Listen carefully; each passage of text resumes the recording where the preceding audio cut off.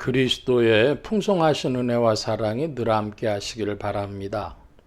오늘 이 아침에는 요한복음 제4장 43절로 54절까지의 말씀, 생명의 삶 큐티 1월 14일자 말씀입니다. 4장 43절 말씀 봅니다.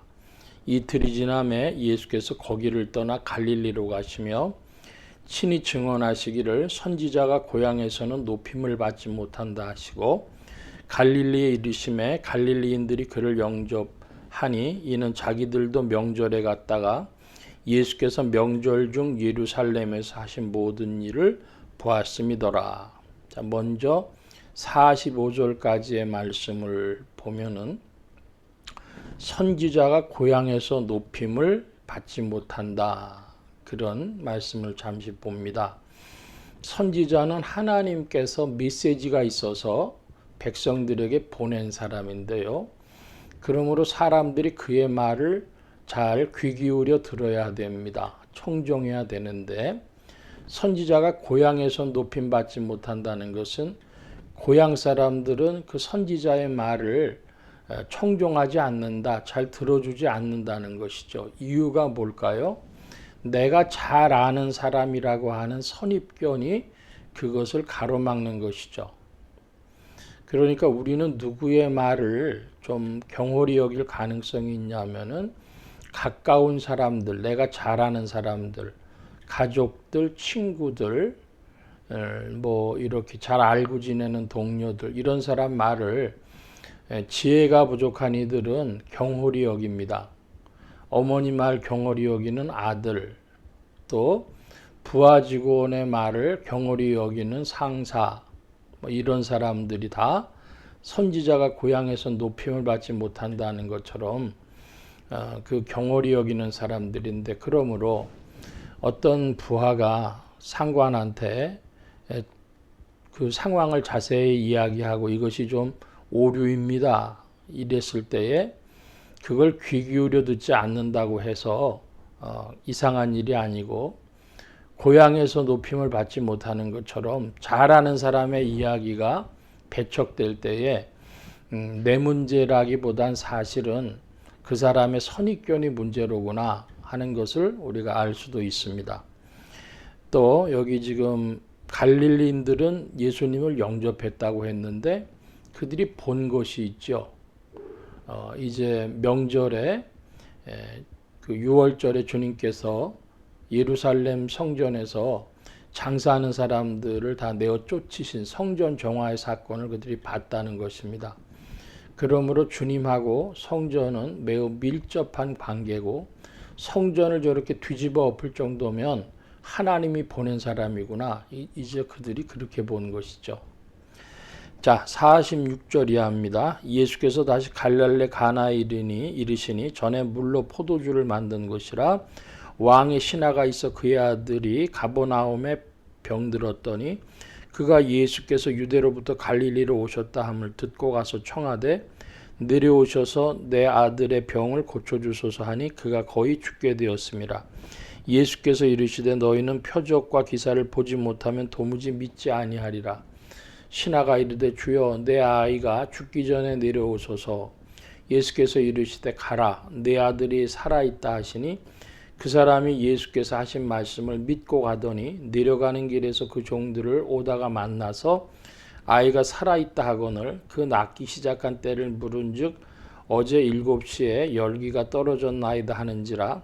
그의 아버지가 예수께서 내 아들이 살아있다 말씀하신 그때인 줄 알고 자기와 그 온 집안이 다 믿으니라. 이것은 예수께서 유대에서 갈릴리로 오신 후에 행하신 두 번째 표적이니라.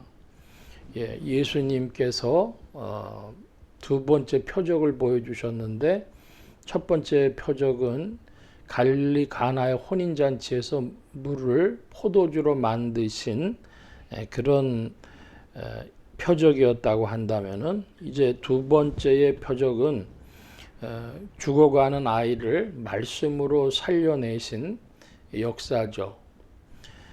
표적이란 말부터 찾아보면 그 표적이라고 하는 말은 기적이 아닙니다.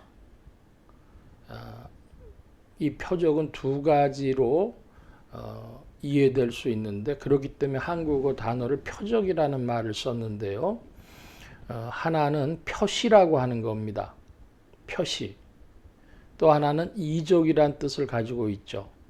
표적 그러면 그 표시를 나타내는 기적이다, 이적이다, 이렇게 얘기할 수도 있겠습니다. 예를 들면 자동차 운전을 하고 가다 보면 그 신호대기 있는 데서 유턴 표시가 있어요. U자로 그려져 있는 걸 보면 아, 여기가 유턴 할 수 있는 곳이로구나 하고 그 표를 보고 유턴을 하죠.